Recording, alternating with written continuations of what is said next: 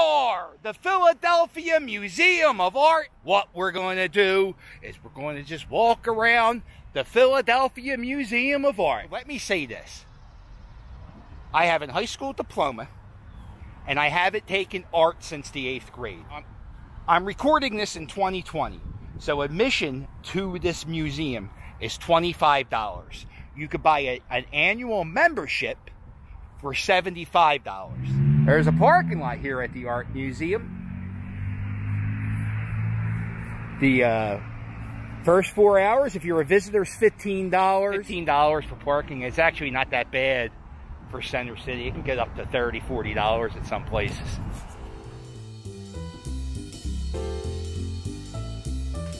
This is Diana.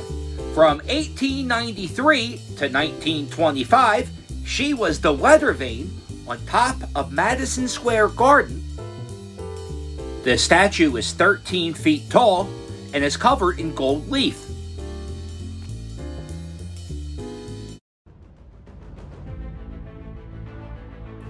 This horse and man armor was definitely this was definitely the highlight of the arms and armor section.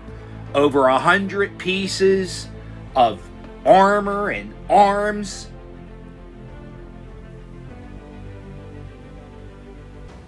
Check out these swords.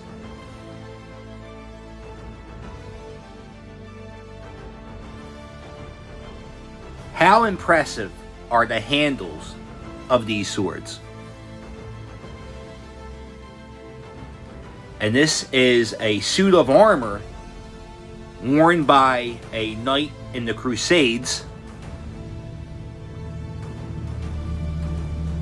And this is the guy who was in that suit of armor wearing those shorts.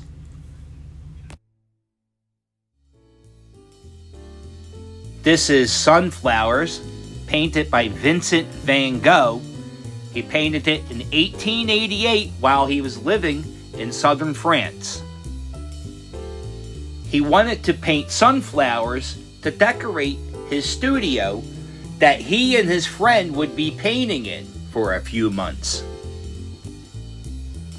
When you get real close to it, you can see the real thick individual paint strokes in each sunflower. This is the only version of sunflowers that you can see in America.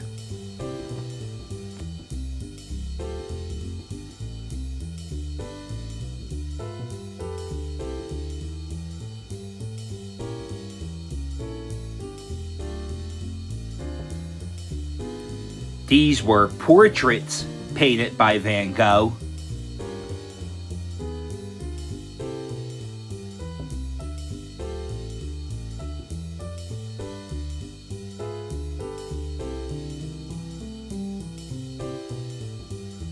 And this is Rain, painted by Van Gogh. He painted this in 1888.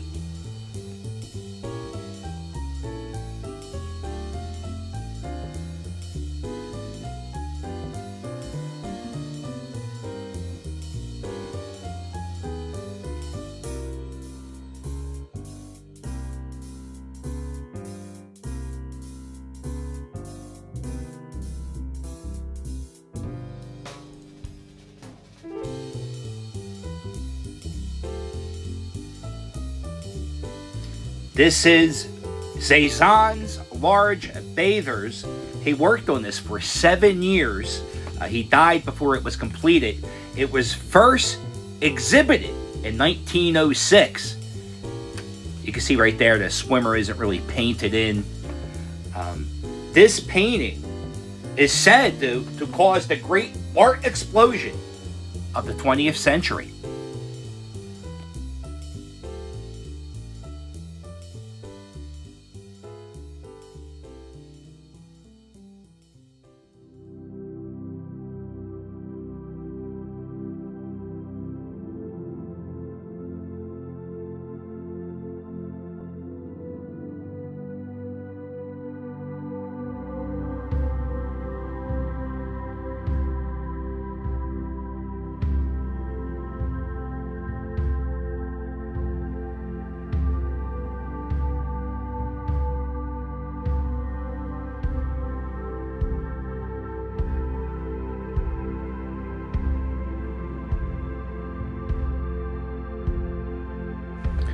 This is the Crucifixion, painted by Roger van der Weyden. These two doors or panels would enclose an altar.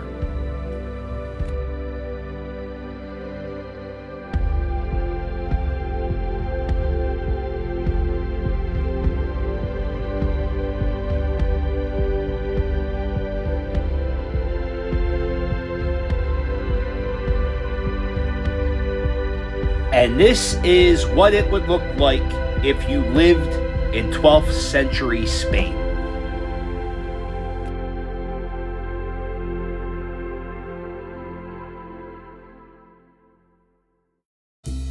This is George Seurat's Moored Boats and Trees, painted in 1890. Up close, you can see that this painting is just a bunch of little dots. But when you go back, you see the full picture.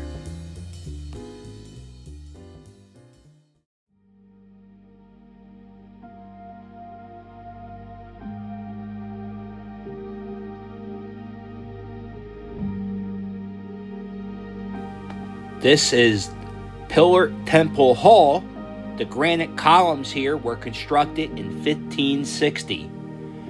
Adeline Gibson, a woman from Philadelphia, purchased these columns on an overseas trip in the early 1900s. She donated the columns to the museum. Fun fact, the temple that these columns were in originally is still around in Asia.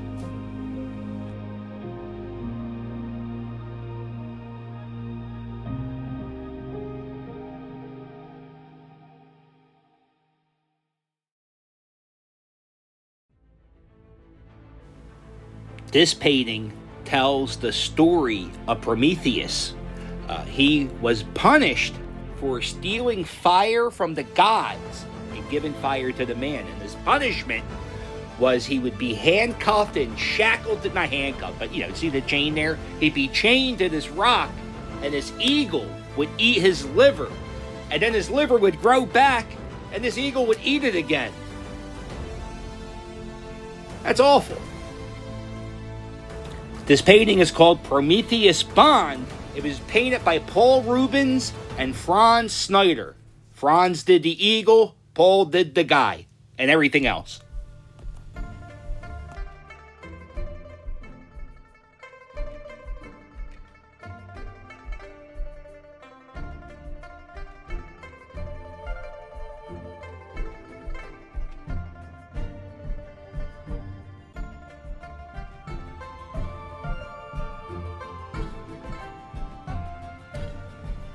The Japanese tea house originally once stood in Tokyo, Japan, back in 1917.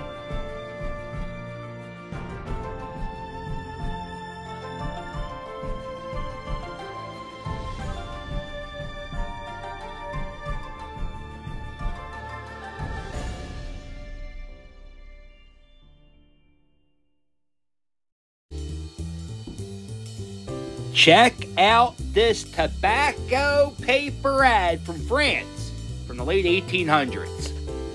I wonder what she's smoking. In 1853, Zervin Rosen painted flower still life with bird nests. I stared at this painting for at least 15 minutes. The colors are so vibrant, and look, each flower is different. It's a really amazing picture to look at.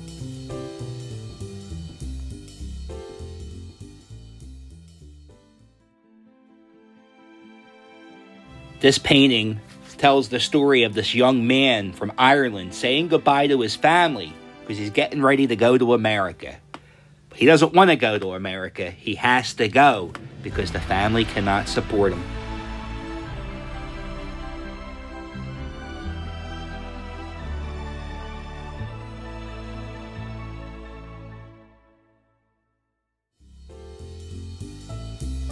Here's another little fun fact. There are a series of paintings by Monet that looked like this. He painted the same set of trees at different time of the year to show how the trees look different. So he took the money he made from the paintings of this view and bought the house to have this view. That's the lily pad of his home.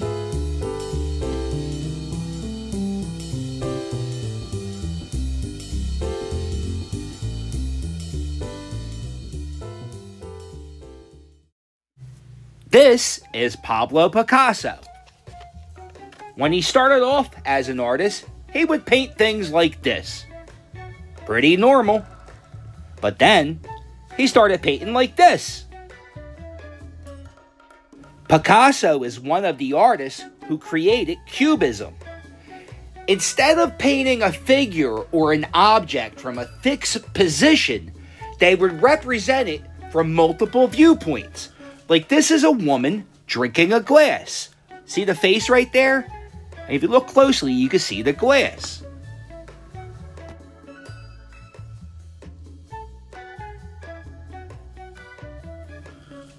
I see the lady. Let me know if you can see her in the comments below.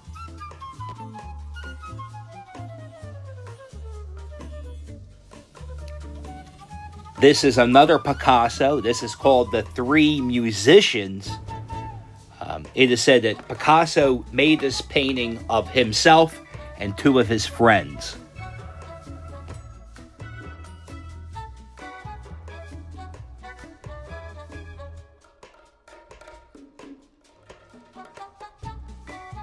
Here is a non-Picasso Cubism work of art.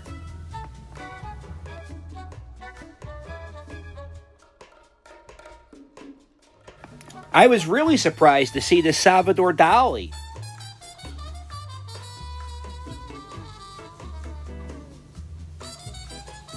I don't think they had LSD when he was alive. Or at least when he painted this. This is a landscape Cezanne painted in the late 1800s, 1880s. And then this is a landscape he painted in the 1900s. Notice how it's more abstract. This is Nude Descending a Staircase by Marcel Duchamp. If you look there, if you look down at the bottom, you can see the steps. And you can sort of make out the legs. This is an abstract human figure walking left to right down 3 or 4 stairs.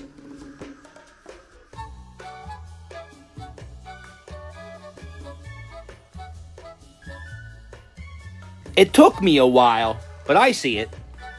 Now this, I don't know what this is. This looks like a cat litter box, and they have a rock. I guess they have a leak in the ceiling, and I guess they're getting ready to build a house. This is art. I don't know what this is. And this is called Wrap Up Your Extension Cord, Stupid. And then the guy who did the descending stair naked guy did this. This is called The Fountain. And he sent this into an art show, kind of a challenge to say, hey, what is art? Do you think this is art? Or do you think this is art?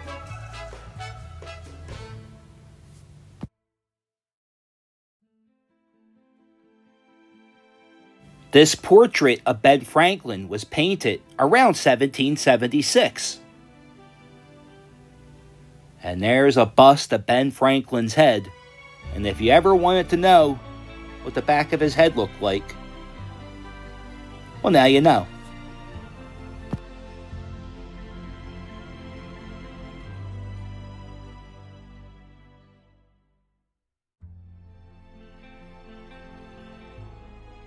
This guy does not look like he would be fun at all. Well, that's it. That's my trip to the Philadelphia Art Museum. If you like this video, do me a favor. Smash that thumbs up. And while you're at it, hit that subscribe. Yeah, it's two Vincent Van Goghs behind me. Toodles.